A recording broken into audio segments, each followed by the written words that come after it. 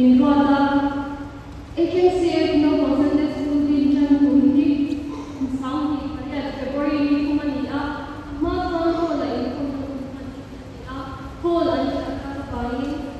Jackie from Bangam Tangai, King Kaya,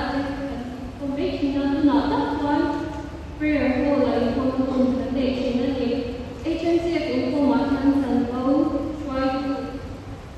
turn to Bible search. No Sunday school and regard Sakata Sunday breakfast and non Ani Bible Sunday function Homa no going on for activities activities Lamzer Nazar quiz games Come Sunday at the Sunday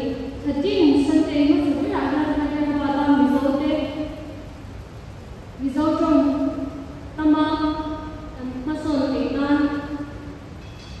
result from Jack Journal Function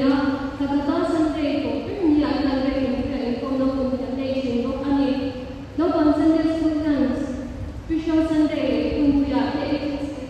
Youth Committee in Guadalupe back in Kuya and Kono Nation from consuming no contact Nule Party